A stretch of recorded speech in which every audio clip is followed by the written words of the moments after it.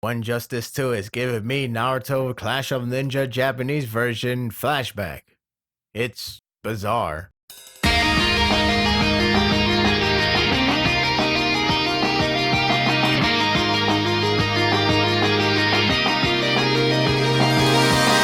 At this time, I still don't know what is the next target or goal for this arc. The heroes stop the baddies in a movie intro fashion, some action, and a showcase of the main characters. Now we have Hawks trying to start a plot as Endeavor trying to figure out what is going on with his bird brain.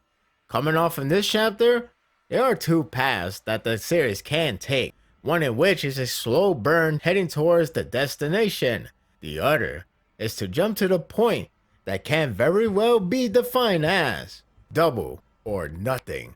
The chapter mainly focuses on the slow reveal of the master plan, starting with Endeavor not getting the signal Hawks has been sending with words that doesn't reflect his actual personality. Sadly, he's not so bright to understand, but he'll make it up for the cliffhanger note. Hawks gives the boys the book as well, because he's such a huge fan of Metal Liberation.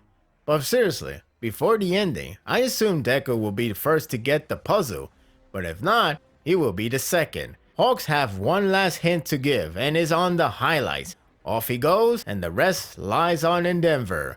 One thing I didn't count on is Endeavor having his own agency, but he does have one. It's the Fire Force Brigade, full of eccentric characters and whatnot. All it was missing was fan service. Give it time. Actually, they're called Flaming Sidekickers, so more characters to count on. I don't know how people can't deal with sending series with crap load of characters. Say like Kingdom. I remember most of them, and they're awesome.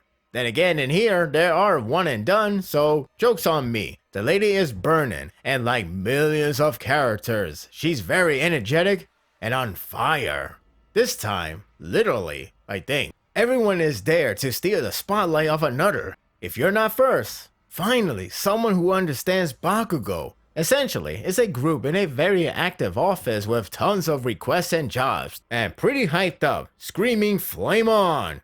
Disney is about to sue someone. As very familiar the atmosphere was, the real meat and potatoes is the slow reveal to the master plan. Endeavor is slowly deciphering the clues in his office.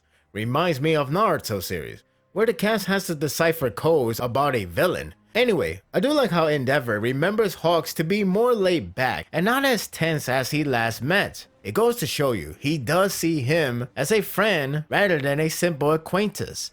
Once he got the idea Hawks was faking, he goes into highlights and realizes the second word is remove, and each of them form a line. Eventually, he learns about the liberation, paranormal, or whatever they call, I think I got it right.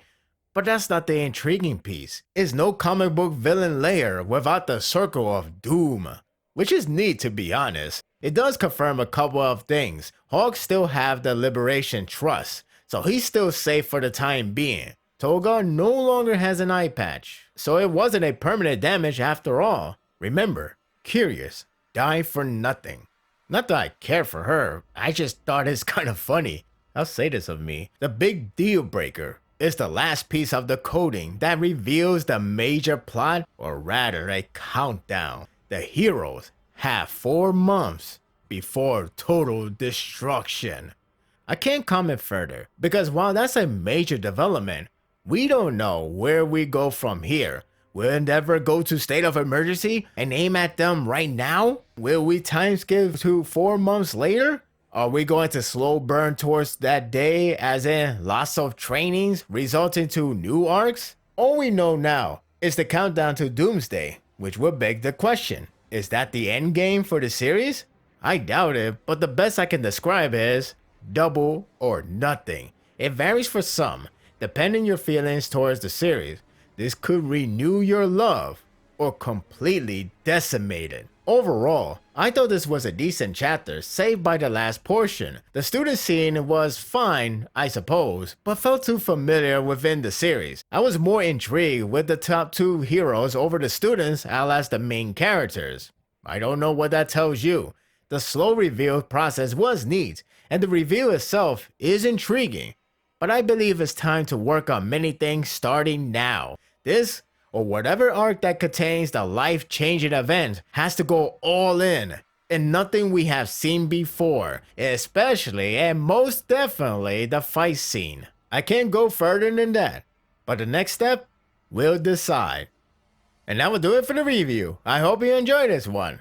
I would like to know where we're going with this arc. If this arc is the very arc that will be the life-changing event that Kohi has promised, or it will be a slow burn, like this could be the training, or just a slice of a villain scenario. We'll see in the next chapter. At least that's what I think. What do you think of this chapter? Share your thoughts in the comment section.